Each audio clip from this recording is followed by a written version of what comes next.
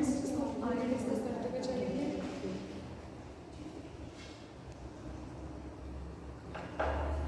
Now introduction.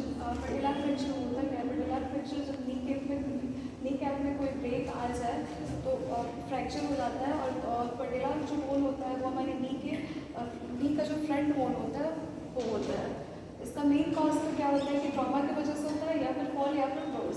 Types की बात करें तो ट्रांसवर्सिव होता है जिसमें हॉरिजेंटल फ्रैक्चर होता है, वर्टिकल में टॉप टू बॉटम होता है, और कम्युनेटेड में सेंटर टू पीसेस हो जाता है, जिसमें एक या दो या तीन से ज़्यादा ब्रेक आ जाते हैं।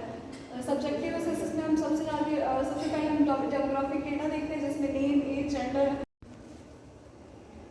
चीफ कंप्लेन की बात करें तो सीवियर पेन रहेगा, स्वेलिंग प्रेजेंट रहेगा जैसे ही मतलब फ्रैक्चर होगा या गिरने के बाद से। हिस्ट्री में हम मैकेनिज्म ऑफ इंजरी देखेंगे, जिसमें हम अगर कोई हाइट से गिर रहा है तो हो सकता है, या फिर आरटीए की वजह से हो सकता है।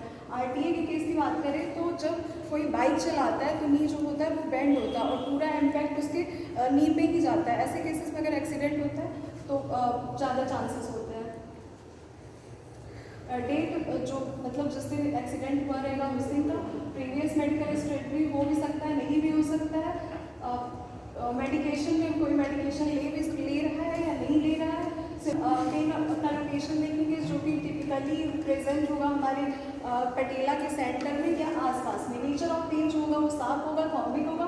इंटेंसिटी की बात करें तो पेशेंट के अकॉर्डिंग बहुत ज़्यादा हाई लेवल का पेन होगा तो 8 हम देंगे, और पेन का पैटर्न जो होगा वो कांस्टेंट होगा। वर्सन विद मूवमेंट, जैसे ही कोई मूवमेंट करेगा तो पेन बढ़ जाएगा।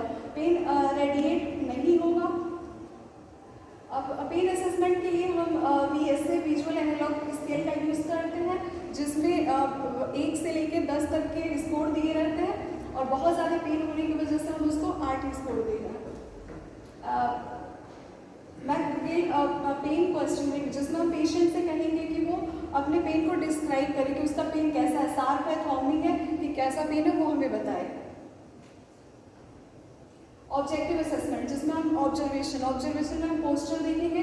पोस्चर में हम ये देखेंगे पेशेंट जो होगा अफेक्टेड लेग पे वेट बियरिंग अवॉइड करेगा, और इसलिए वो पूरा वेट जो है वो नॉन अफेक्टेड लेग पे देगा।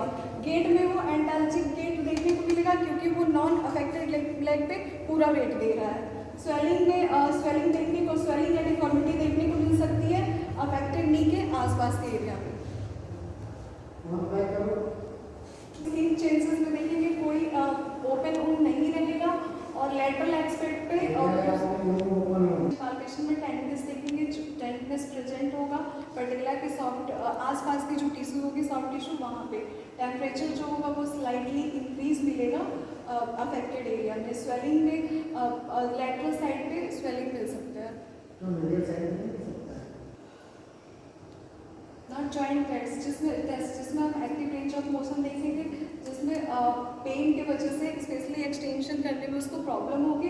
पैसिव रेंज ऑफ मोशन में भी उसको एक्सटेंशन करने में बहुत ज़्यादा प्रॉब्लम होगी। न्यूरोलॉजिकल असेसमेंट में कोई भी सेंसरी डिफेक्ट्स देखने को नहीं मिलेगा। मोटर फंक्शन में क्वाड्रिसेप की जो स्ट्रेंथ होगी वो अफेक्टेड होगी। वेट बियरिंग स्टेटस, जिसमें पेशेंट जो होगा वो generally weight bearing affected leg से अवॉइड करेगा। फंक्शनल लिमिटेशन में उसको जो एक्टिविटीज़ है जैसे कि नी मूवमेंट और वेट बियरिंग करने में दिक्कत होगी। मसल टेस्ट में क्वाड्रिसेप की स्ट्रेंथ जो होगी वो कम मिलेगी इन कंपेयर टू हैमस्ट्रिंग।